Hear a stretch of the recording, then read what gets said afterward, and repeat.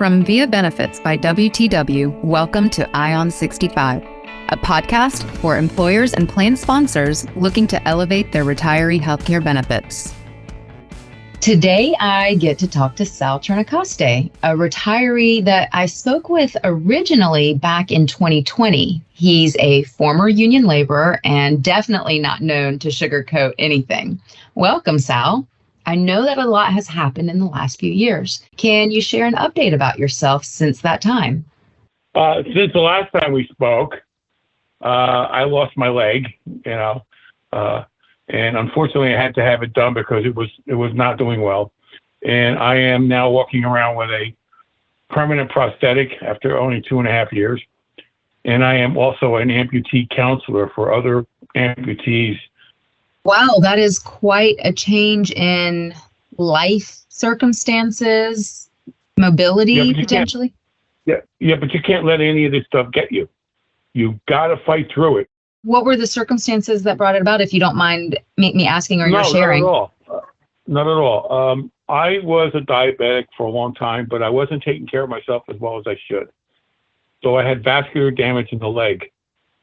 All right. We went through all processes, 23 surgeries on the left leg before the doctors decided it had to come off.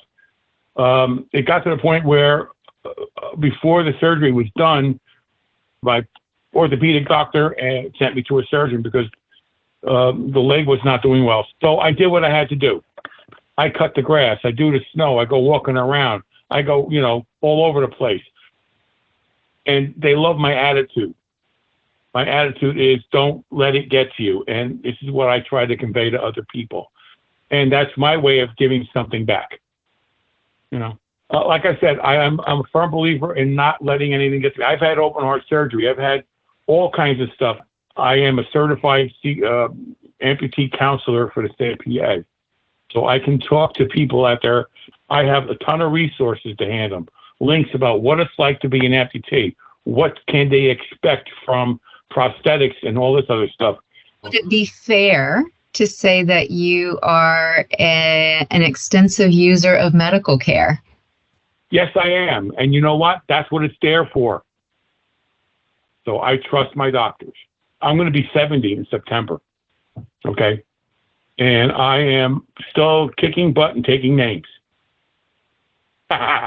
You are the most youthful, almost 70-year-old that I've met. The most energetic, that's for sure. That's where the mentality comes in. You need that type of mentality to overcome obstacles. I remember when we first spoke and you, with just as much enthusiasm and vigor, were describing when you first were told by your former employer about the transition away from the benefits plan that had been promised over to Via Benefits, and the fear that came with that, and some of the concerns about what that might mean. And can you talk a little bit about what those fears were and how you feel about that now, looking back on it? Sure. The fears I had was losing the great coverage I had. The prospect of losing, now my wife, mind you, she's still getting coverage under public service, but she will eventually, when she retires, get the same system we're getting. But actually, after working with everybody and having used it now for the last couple of years, it has been a blessing in disguise. When the time comes for annual enrollment every year, do you use the coverage checkup tool? Oh, always. Okay. And have you been able to adjust your drug plan? I use 3 prescription drugs that are very expensive. And your plan covers all or most of it? 100%. It covers 100%, 80% Medicare, 20% Plan F. Can you remind me, were you a member of a union as well? Yes. I used to be, when I went to college to get my associate's degree in business. I got into management, and the last 18 years I worked in management under gas operations in the corporate office. As a union retiree, and I'm sure you probably are in touch with other union retirees, what would you say, in your opinion, is the most important thing in your retiree medical benefit? Well, the biggest thing that they have to do is read the documentation that the administrators send out. Go to the website, look over everything, make informed decisions, because if you could just say, I want this, this, this, and this, and then close it off, you're going to get stuck with possibly something you don't want. I found that out, and believe me, it's a lot of work. There's 144 different insurances and plans, dental plans, prescription plans. You have to do your research, and you have to choose plans that are right for your situation. What about, in your opinion, whether it's a union or someone's employer who is providing retiree health care as a benefit? As the benefit itself, what would be the most important factor when you're selecting a plan? Is it access to your preferred doctors? Is it cost? If you had to rank it in order, what would be your most important? First and foremost, cost.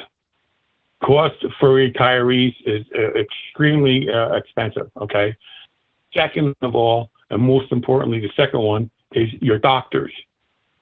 Do you have access to the same primary care or orthopedic doctor or specialist, whether it be an endocrinologist or cardiologist? Do you have access to these same doctors? Because if you don't, you have to go through the process of elimination, or they have to go through and submit requests for records. That takes time. And if you need medical care, that holds up your care. So it's important to look at whatever plan you have, whatever plans are offered, and make sure that every doctor that you have is in that plan. And then comfort. Are you satisfied with the coverages you picked? The three major ones right there. And then what advice would you give to the benefits? Well, I like the way everybody does their job. Everybody is, if you have questions, you can call. And if they can't find an answer right off the bat, they will call you back with an answer. Too bad VA benefits can't push public service to increase the prescription and Medicare benefit. And I know that's something that you can't do.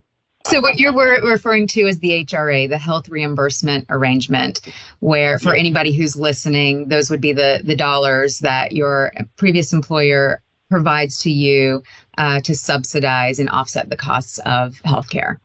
Yes, and it's a good aspect, because in my situation, it's rough because I got to finagle between getting Part B back, which is one thing, or taking my premiums or leaving the money there and using it for prescriptions. And if I use it for prescriptions, it's already gone.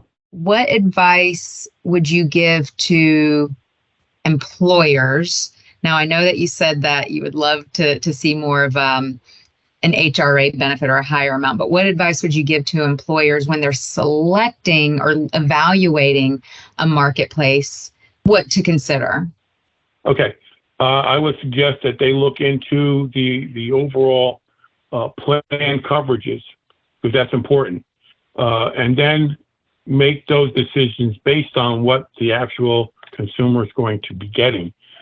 But that's important, to get the right coverages to the right people, and getting all this information to us as retirees is vitally important for us to make the proper choices that we need for our situation. Now that it's been about 3 years since we last spoke, has anything changed in terms of what is your favorite thing about having VA benefits? Excuse me. Yeah, my favorite thing is having people that work for the company that are knowledgeable, friendly, and have all the answers, if not immediate, within a day or two. So you can make informed decisions. That's the most important thing there. Would you say that you're resistant to change? No. Why is that? It doesn't make a difference how old you are, how young you are.